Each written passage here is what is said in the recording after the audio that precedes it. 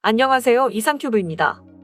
해외의 많은 군사 매체에서는 미 육군의 차기 보병 전투 차량 프로그램에서 한국의 하나 디펜스가 도전할 것이라고 보도하고 있습니다.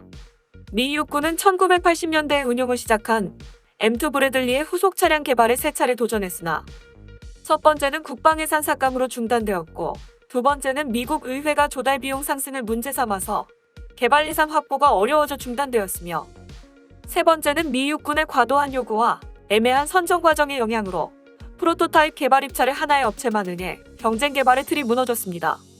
이에 따라 미 육군은 일단 차기 보병 전투 차량 프로그램을 백지화하고 차기 보병 전투 차량 개발을 다시 시작했습니다. 미 육군은 과거 세 차례의 실패를 딛고 지난해 12월에 새로운 차기 보병 전투 차량 프로그램에 대한 제안 의뢰서를 발부했습니다. 이번 달 14일에 입찰이 마감되었고, 미국의 차기 보병 전투 차량 프로그램에는 세계적인 기업들이 뛰어든다고 밝혔습니다. 우선 단독 입찰에 응한 제너럴 다이내믹스와 이스라엘 LB 시스템스와 짝을 이룬 영국의 BAE 시스템스는 독자적인 차기 보병 전투차 안을 제출했고, 호주에서 한국의 레드백과 경쟁 중인 독일의 라인메탈은 미국의 레이시온과 L3 해리스, 텍스트론과 앨리슨과 짝을 이뤄 윙스 보병 전투 장갑차 기반의 차기 보병 전투 차량안을 제출했습니다. 우리나라의 하나 디펜스는 미국의 특수차량 제작업체인 오시코시와 짝을 이뤄 레드백 기반의 차기 보병 전투 차량안을 제출했다고 외신은 전했습니다. 미 육군은 지난 세 차례의 개발 실패에서 교훈을 얻어 세부 사양 및 기술적인 기능을 지정하는 컨셉만을 제시하고, 이를 실현하는 데 필요한 아이디어와 기술에 대해서는 기업에 맡기는 내용으로 되어 있는 것이 특징입니다.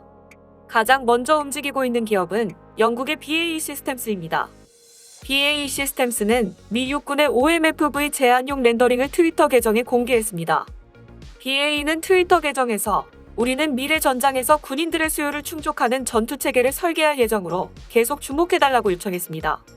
군사 전문가들은 이 트위터를 보고 BAE 시스템스의 렌더링이 이스라엘 LB 시스템의 UT-30M2 원격 조종 포탑을 장착한 차세대 브래들리 전투 차량과 흡사하다는 평가를 내놓았습니다.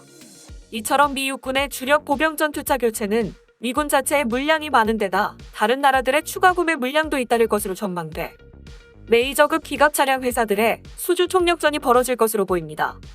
기술적 측면에서도 주목됩니다. 미 육군의 요구 성능 기준이 까다롭기 때문입니다.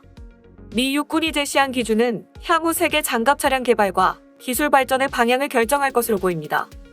미국이 서방 선진국 기준으로 봐도 아직 막강한 위력과 고성능을 자랑하는 브래들리 보병 전투차를 교체하려는 이유는 크게 두 가지입니다.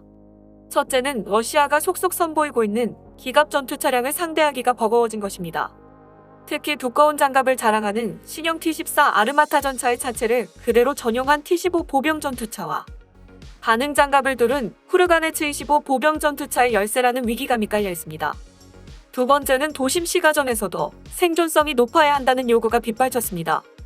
브래들리는 이라크와 아프가니스탄에서 저항군의 발사관이나 조잡한 급조 폭발물에 150대나 파괴됐다는 약점이 있습니다.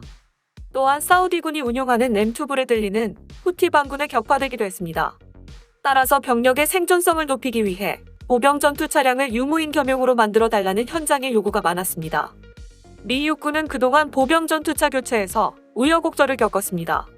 1999년 미래 전투 체계를 개발하며 전차와 자주포, 보병 전투차와 수송용 장갑차 등의 차체를 공통으로 사용한다는 계획 아래 180억 달러를 투입했으나 2008년에 취소되고 말았습니다.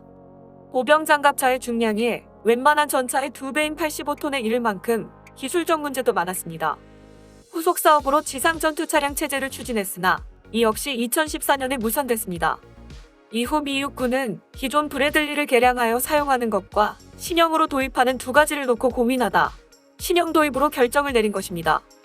미 육군은 늦어도 오는 2026년에는 브래들리를 교체할 것으로 알려졌습니다. 삼수 끝에 되살아난 차기 장갑 차량에는 두 가지 특징이 있습니다. 미 육군이 요구하는 기술적인 기능은 자율적인 무인 운용 능력이며 옵션으로 유인 운용도 가능해야 하며, 또한 충분한 생존성과 M1 에이브람스와 나란히 달릴 수 있을 만큼의 기동성, 그리고 적의 보병 전투차를 격파하는 데 필요한 화력과 유럽의 주요 병참 루트를 주행할 수 있는 중량 등으로 알려졌습니다. OMFV 프로그램을 주도하고 있는 미 육군의 로스 코프먼 준장은 기업이 제안하는 아이디어만 좋다면 15대로 편성된 보병 전투 차량 소대를 검토해도 좋다고 했습니다. 즉, 현재 미국의 보병 전투차 소대는 4대로 이루어져 있으며 약 30명의 병력 수송이 가능하지만 제안된 아이디어만 좋다면 보병 전투차 한 대의 병력 수송 능력이 2명에서 30명이어도 상관없다라는 뜻으로 그만큼 미 육군은 기존의 룰을 깨고 참신한 아이디어를 찾고 있다라고 말하고 싶은 것입니다.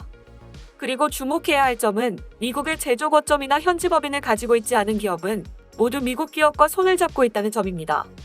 영국의 BAE 시스템즈는 현지 법인과 제조 거점을 미국에 갖고 있어서 미국 업체와 제휴할 필요가 없이 이스라엘의 LB 시스템즈와 손잡고 있으며 반대로 현지 법인이나 제조 거점이 없는 하나 디펜스와 독일의 라인메탈은 미국 업체들과 손잡고 있습니다.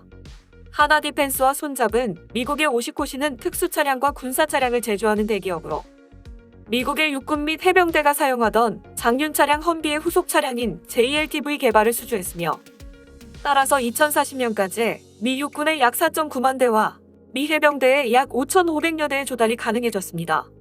또한 고기동성 대형 전술 트럭인 HEMTT도 오시코시가 미군에 납품한 실적이 있어 하나 디펜스는 미국의 제조 거점으로서의 능력도 충분하다라고 판단한 것으로 보입니다. 이에 대해 국내 언론에서는 하나 디펜스 관계자와의 인터뷰를 통해 OMFV 입찰 제안서를 제출한 것은 사실이라고 확인했습니다. 이 관계자는 미국은 다른 나라 방산업체와 단독으로 거래를 하지 않기 때문에 하나 디펜스는 미국 업체와 협력하는 형태로 프로젝트에 참가해야 한다고 설명했습니다. 하나 디펜스는 미국의 입장이 명확히 정리되는 대로 공식 입장을 발표할 계획이라고 밝혔습니다. 앞서 미국의 군사 전문 매체인 디펜스 월드는 작년 12월 16일에 아주 흥미로운 기사를 보도했습니다. 하나가 미 육군과 공동으로 무기 및 새로운 기술에 관한 연구 개발을 위한 협정에 서명했다고 밝힌 것입니다. 하나와 하나 디펜스는 지난해 12월에 미 육군 전투력 발전 사령부 무장센터와 공동 연구 개발 협정을 맺었습니다. 이 협정은 미 정부가 연구기관과 대학, 기업과 국가 간의 공동 연구 개발을 통해 다양한 분야의 기술 이전을 촉진하기 위해 만든 제도로 한국 기업이 미 육군과 관련 협정을 체결한 것은 이번이 처음입니다. 대북컴 고위급 대표단은 지난해 11월에 한국을 방문해 하나의 주요 생산시설을 둘러보고 미국은 물론 글로벌 군수시장을 타깃으로 공동 연구 개발할 수 있는 주요 무기 체계와 구성품 등에 대해 논의한 바 있습니다. 양측은 이번 협정 체결에 따라 앞으로 무기체계 공동 연구 개발에 필요한 정보와 지시, 기술 등의 상호 교류 또는 이전을 통해 주요 방산 장비와 기술 관련 공동 연구 개발 및 분석과 시험 평가 등에 나선다고 합니다. 연구 개발 결과에 따라 상용 기술 전환도 가능합니다. 이에 따라 앞으로 진행될 공동 연구 개발을 통해 양측은 차세대 무기체계 및 탄약 솔루션 개발의 발판을 마련할 수 있을 것으로 기대하고 있습니다. 대북컴은 미 육군의 현대화를 주도하기 위해 2018년 창설된 미 육군 미래센터 산하 조직으로 미래 무기에 대한 디자인 개발 등을 추진하고 있는 조직입니다.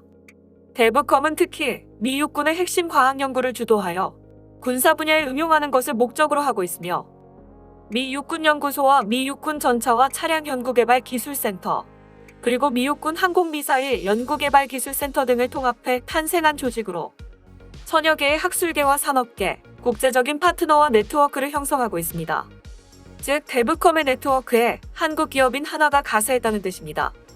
따라서 미 육군의 전투력 발전 사령부 무장센터와 공동 연구 개발 협정을 맺은 것은 하나의 기술력을 미국에 소개하고 홍보할 수 있어서 미국의 브래들리 보병 전투차의 교체 사업에서 하나에게 유리하게 작용할 수도 있습니다.